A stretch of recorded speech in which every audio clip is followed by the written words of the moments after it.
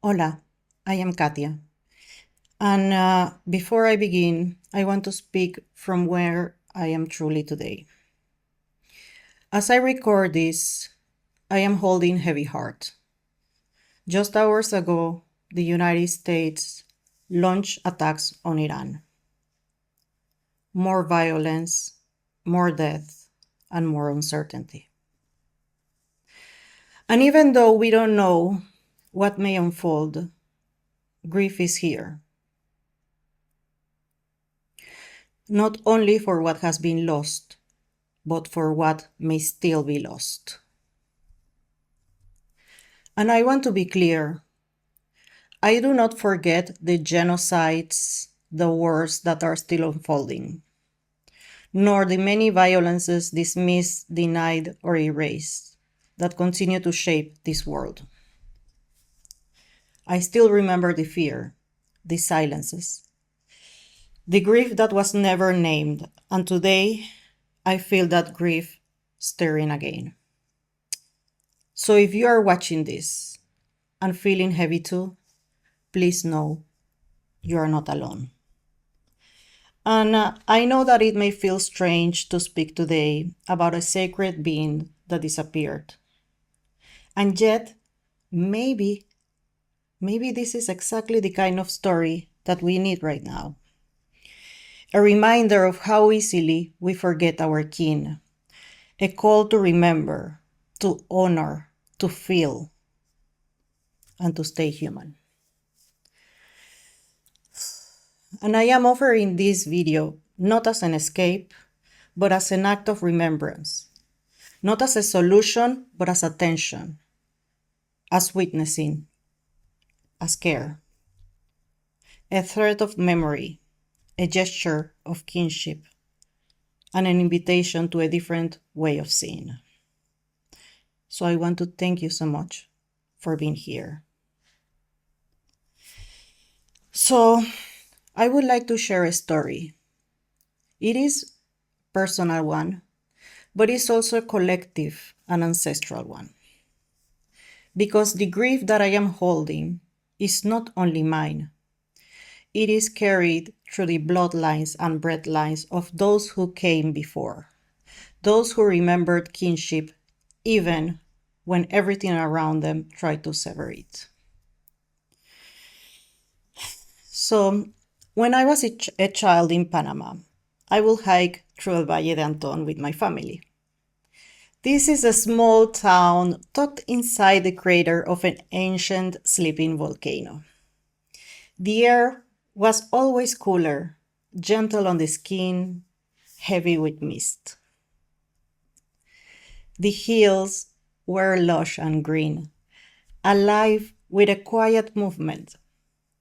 You could hear the birds calling from somewhere deep in the trees, and the leaves shimmered, inviting you to slow down, to listen, and to notice. And if you were lucky, and if you move very slowly and listen very carefully, you may have catch a glimpse of her, of La Rana Dorada, the Panamanian golden frog, Atelopus seteki. Though she was technically a toad, everyone just called her La Rana Dorada. She was tiny and small, only about 3 or 4 centimeters long, but her color a bright glowing gold. Sometimes she had like small little black spots on her back and legs, like soft markings, painted gently in her skin. She's so vibrant, so sacred. Her body glowed like a living flame. Even though she became known as a national symbol of Panama, she was not just a symbol. She was not decoration. She was someone. She was a kin, a sacred, sentient being. And I remember the first time I saw her, I felt awe. But the kind that is not taught in science class, the kind that leaves you completely speechless. that opens something tender inside your chest. And now, La Rana Dorada no longer lives in the wild.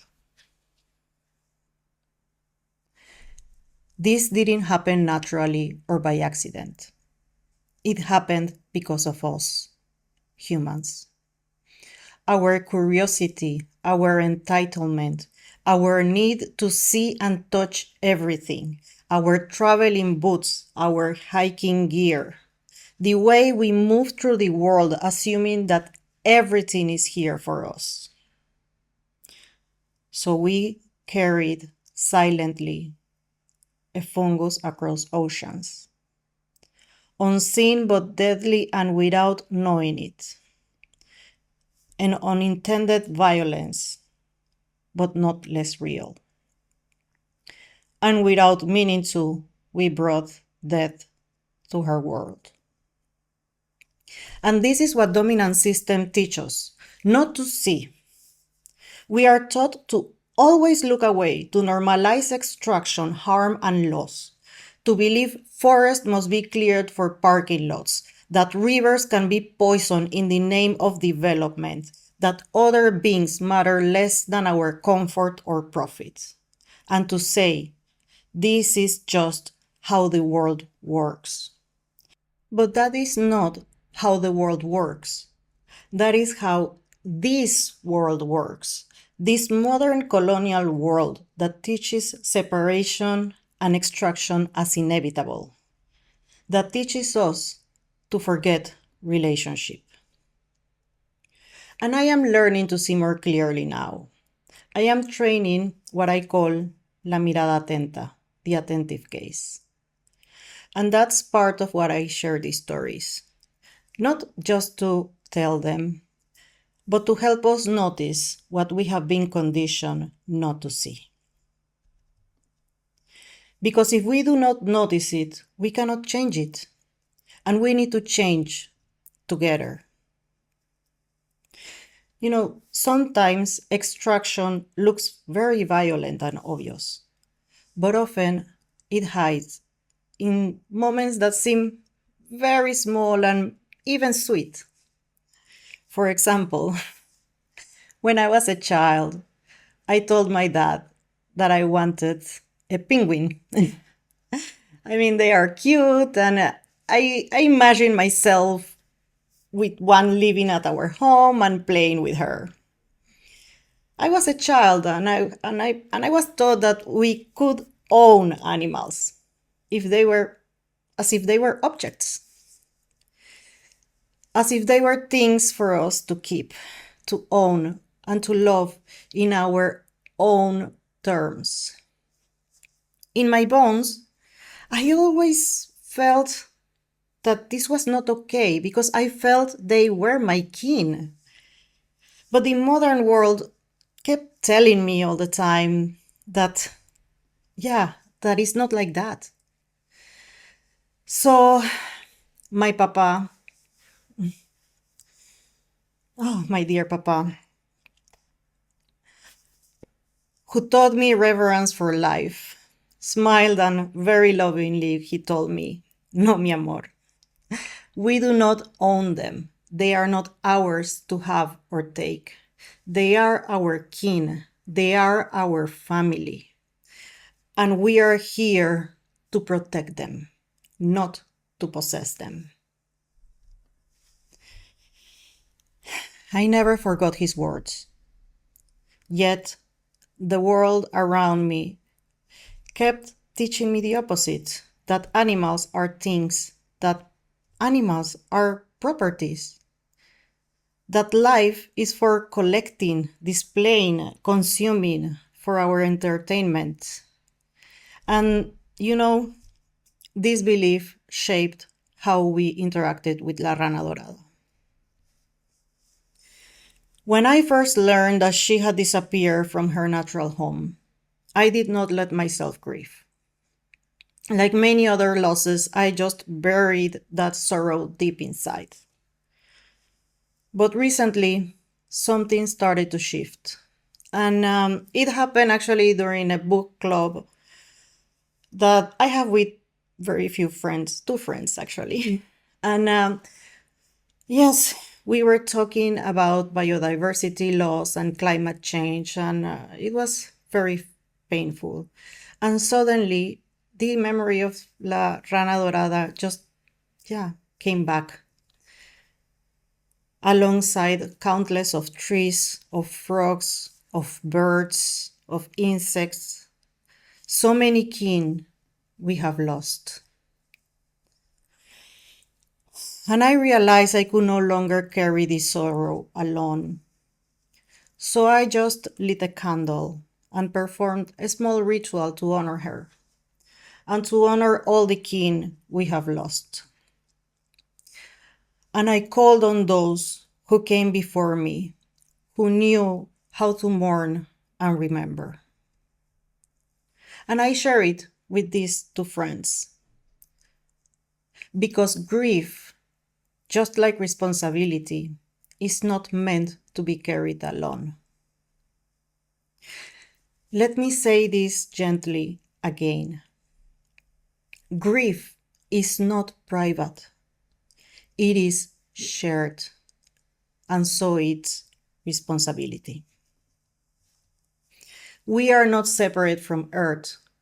We are Earth, flesh of its flesh, breath of its breath. And silence, too, has consequences. And in a world shaped by forgetting, choosing to remember is a form of resistance. Because when we destroy the living, we destroy part of ourselves. And I will not say this to collapse us into guilt or hopelessness or overwhelm us with shame.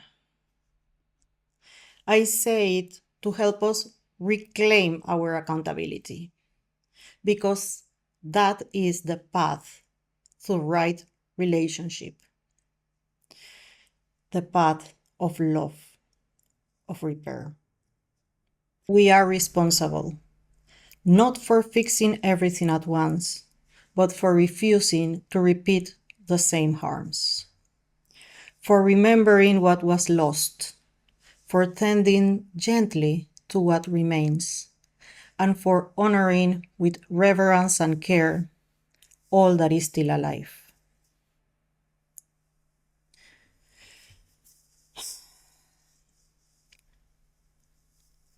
La Rana Dorada no longer lives freely in the wild. She survives only in captivity, carefully protected behind glass. And still, I hold her clear memory in my body. The way her small body glowed, that stillness of the air when she appeared, and the ache of her absence. As I speak to you, I am carrying a piedra de jabón in my hands, a soapstone carved with care by my community. It carries her image. Not perfectly, it is, chipped here and a bit worn around the edges. But still, she's there, remembered and honored. And this is also a reminder that even what is broken can be held with reverence if we are willing to stay in right relationship. And that too is part of the work. To remember, to carry, and to refuse to forget. And maybe, just maybe, that means that there is still time to change how we live. Not from hope alone, but from love, from kinship, from accountability, from cultivating a different way of seeing with La Mirada Atenta. Not only for frogs or forest, but for each other, for the ones we will never meet, and for the ones who are grieving now, and for the ones who may not survive what will come. We will talk more about grief and la mirada atenta at another time. But for now, let this story rest gently with you. Let it soften hard edges and let it open something inside of us. And I know that even in telling the story of La Rana Dorada, I am aware of the risk of turning her into a symbol again. I share this not to consume her memory, but to remember her, to honor her being, and to remind us that we are still in relationship. Even now, especially now. Thank you. Thank you for being here. Con mucho amor y cariño, Katia.